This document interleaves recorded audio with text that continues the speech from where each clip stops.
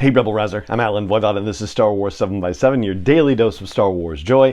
And thank you so much for joining me for it. And thank you especially to the patrons who help make this possible for you every single day with their support at patreon.com/SW7x7. So this is our deep dive episode related to the Path of Anger. That's the second of 3 Morgan Elsbeth episodes in Tales of the Empire. And we're going to talk about the TIE Defender program because it is a bit of a surprise to find out that Morgan Elsbeth is the person who designed the TIE Defender. Now, in current canon storytelling, we didn't know who designed the TIE Defender. We just knew that Grand Admiral Thrawn brought the design to the Empire and was getting Sonar Fleet Systems to manufacture the TIE Defender on Lothal. And it became a point of conflict in Star Wars Rebels because once the rebels on Lothal were able to steal a copy of the schematics for the TIE Defender and analyze them, they realized that if this thing was manufactured in significant numbers, that it would be practically doomed for the rebellion. But before we get too far down that path, I wanted to take a moment to talk about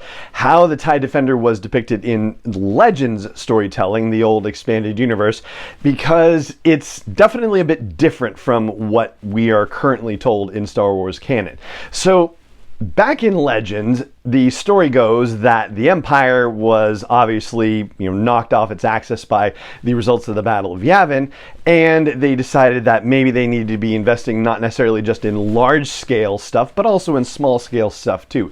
And so Sonar Fleet Systems got to work on the TIE Defender at the direction of Imperial Naval Research. They actually had prototypes deployed at the Battle of Hoth, but they didn't hold up so well. They were not as high performing as they would eventually be when the designs were ultimately tweaked and refined and so forth. Ultimately, it became a fighter that could outclass anything that the Rebel Alliance had to offer. It had 4 laser cannons, it had 2 ion cannons, it had 2 warhead launchers, they could equip it with a tractor beam if they wanted, it had deflector shields and a hyperdrive built on it. The Empire basically considered it to be a replacement for as many as 4 regular TIE fighters in one mission, but generally speaking they were deployed in sets of 4 themselves. And ultimately, they were ready in time for the Battle of Endor, but the Grand Admiral, who in Legends was kind of supervising Imperial Naval Research, this guy, Zarin, he basically got mad at Palpatine and tried to stage a coup, and some of this is actually told in the video game Star Wars TIE Fighter that came out in 1994, and that's where the TIE Defender was introduced. So we're actually in the 30th anniversary year of the TIE Defender, which is also pretty fun. Of course, Zarin's coup fails, and ultimately, the TIE Defender does not go into widespread production, which is a very good thing for the Rebel Alliance. Yeah, and playing out those scenarios in that video game Star Wars TIE Fighter, that was one of my all-time favorites, and did the secret missions and the bonus objectives and all of that. Just absolutely love that video game. But there were some that were still out there from time to time, and we've talked about the Rogue Squadron novels from time to time here on the podcast because, of course, the possibility that any of it bears on what Patty Jenkins is doing.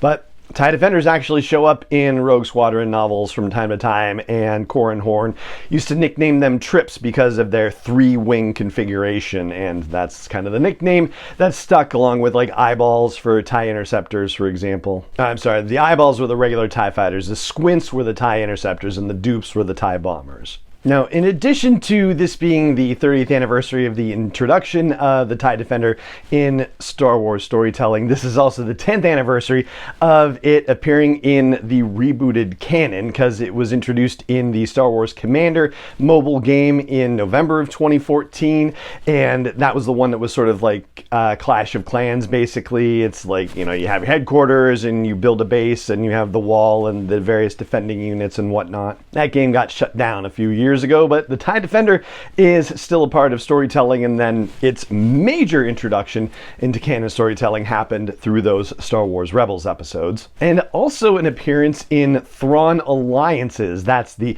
second of the first new trilogy of Thrawn novels in the current canon, and that's the one where it splits time between a mission with Thrawn and Anakin Skywalker in the Clone Wars era, and a mission with Thrawn and Darth Vader in the Empire Empire era, and Darth Vader actually gets to fly a version of the TIE Defender and has feedback for Thrawn, which Thrawn takes very seriously and says, all right, yeah, thanks, noted, yeah, we'll work on that. But ultimately what we're finding out now with the Path of Anger is that as opposed to Imperial Naval Research being the group that had designs for the TIE Defender that they then worked on with Sinar Fleet Systems to refine, and then Sinar went and manufactured it.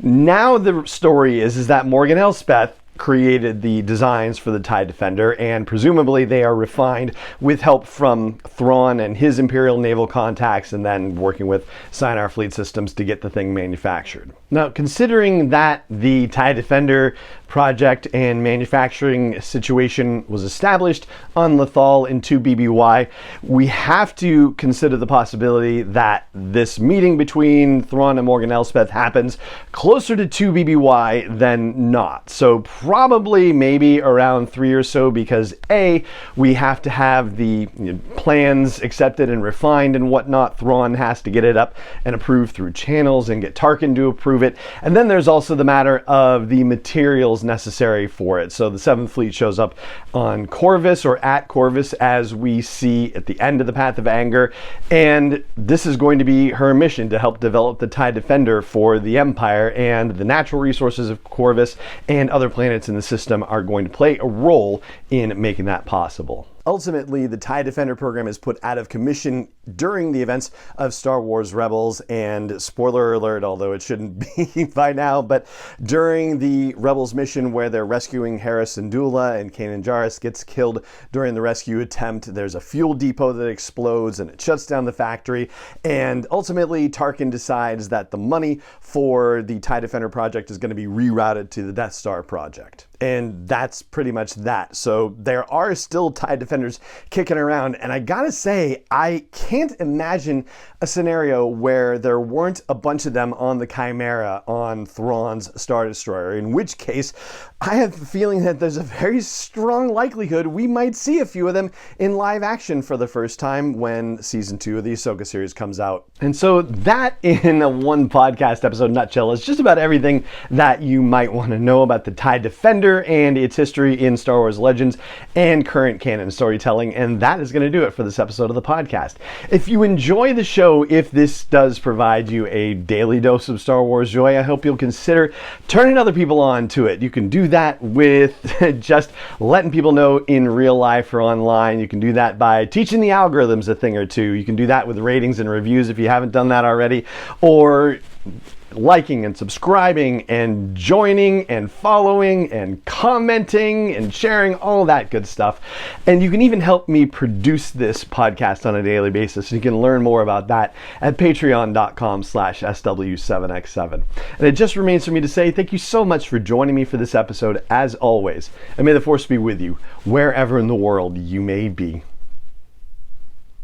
7x7 is not endorsed or sponsored yet by Lucasfilm Limited, Disney, or 20th Century Fox, and is intended for entertainment and information purposes only. Star Wars, the Star Wars logo, all names and pictures of Star Wars characters, vehicles, and any other Star Wars related items are registered trademarks and/or copyrights of Lucasfilm Limited, or their respective trademark and copyright holders. May the Force be with them. All original content is copyrighted by Star Wars 7x7. We hope you love it.